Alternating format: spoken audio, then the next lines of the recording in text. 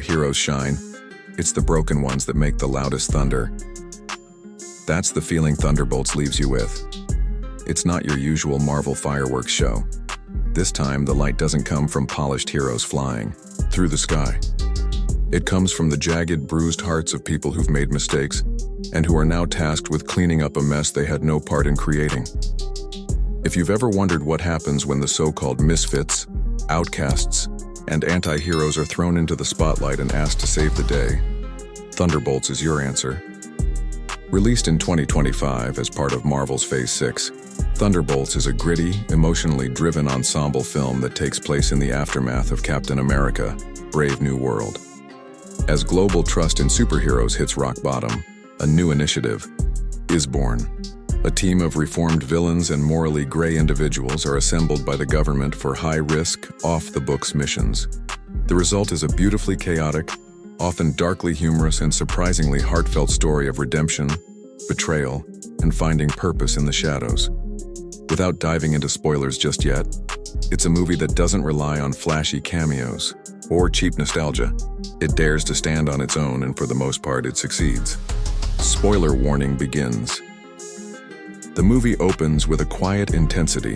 Yelena Belova, played with sardonic wit and deep vulnerability by Florence Pugh, is seen in a remote part of Eastern Europe, living off the grid, haunted by her past and disillusioned with everything she once fought for.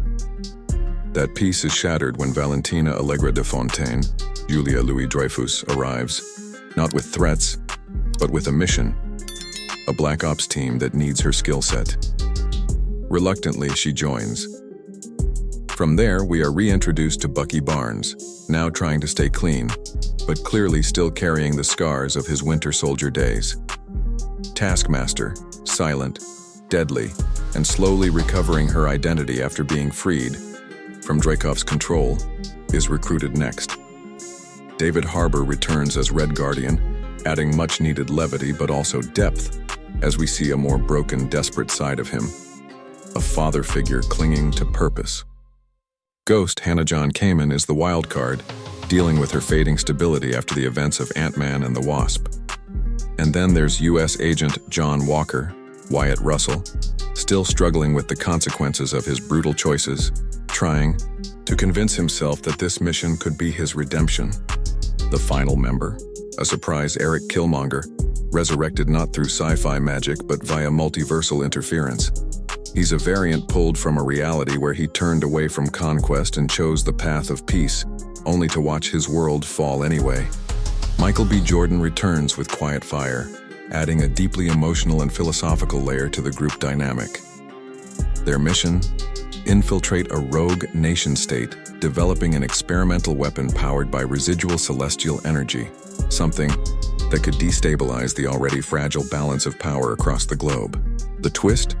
The nation is secretly working with remnants of Hydra and a new villain named Dr. Kragoff, a cold-blooded scientist with Magneto-like powers of electromagnetic manipulation and a vision for a new world order. The journey takes the team through betrayal after betrayal. Ghost nearly turns on the team after a failed mission in Poland. Yelena and Bucky clash over leadership, and Walker's obsession with proving himself nearly costs them everything. But it's Killmonger who becomes the emotional core, especially in a scene where he confronts his own variant's death, visiting the ruins of a Wakanda that never embraced his ideals. That moment, wordless, backed only by a haunting score, might be one of the most powerful in the entire MCU. The final act is a brutal, no-holds-barred assault on Kragov's hidden mountain facility. Taskmaster sacrifices herself to save the others. Red Guardian dies shielding Ghost from an energy blast, whispering, "Maybe this is what real heroes do." In the end, it's Yelena who plants the detonator, facing down Kragov in an intense showdown that ends with her scarred but victorious. Bucky gets the last shot, a final bullet that ends Kragov's reign, not as the Winter Soldier, but as himself. The team walks away, fewer in number, but stronger in bond. Not redeemed, perhaps, but finally seen. End of spoilers. Performance-wise, Thunderbolts is one of the most emotionally grounded Marvel films to date. Florence Pugh leads with incredible nuance. Her Yelena is bitter, hilarious, and utterly human. Wyatt Russell brings a raw, fractured masculinity to John Walker that's hard to look away from. Michael B. Jordan's return might raise eyebrows at first, but he brings depth and soul to a character many thought was one-dimensional. His quiet monologue about power and regret is nothing short of Oscar-worthy. Director Jake Schreier balances spectacle with intimacy. The action scenes are gritty and brutal. There's no acrobatic ballet here. It's ugly, painful, and real. But it's in the quieter moments, the silent stare between Bucky and Ghost, Yelena breaking down after losing Red Guardian, where Schreier truly shines. The cinematography reflects this tone. Cold palettes, claustrophobic interiors, long shots that linger just a second too long to let the emotions settle in. Henry Jackman's score is a character of its own. Blending industrial undertones with haunting melodies, the music never overwhelms. It aches, it breathes, it pulses with the character's pain and drive. There's a standout piece titled Burden of the Broken that plays during the climax, and it's unforgettable. The writing isn't flawless. The pacing stumbles slightly in the second act. There's a subplot involving an ex-SHIELD operative that feels tacked on, but the dialogue and character arcs more than make up for it. This isn't about saving the world. It's about saving what's left of yourself. Thunderbolts isn't just worth watching. It's one of Marvel's boldest swings in years. It dares to be different. It dares to slow down. It dares to let its characters bleed. And in doing so, it earns every ounce of the thunder it roars with. If I had to point out a couple of flaws, aside from the uneven pacing, it would be the underdevelopment of the villain. Kregov had the potential to be a top-tier Marvel antagonist, but he's ultimately more of a plot device than a fully realized threat. Still, the strength of the core cast makes up for it.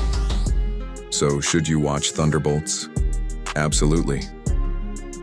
Go in, expecting something darker, something heavier, and you might walk away feeling more than you expected.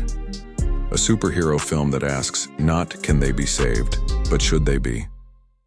If this review connected with you, don't forget to hit that like button, drop a comment with your favorite Thunderbolt moment, and of course subscribe for more cinematic deep dives.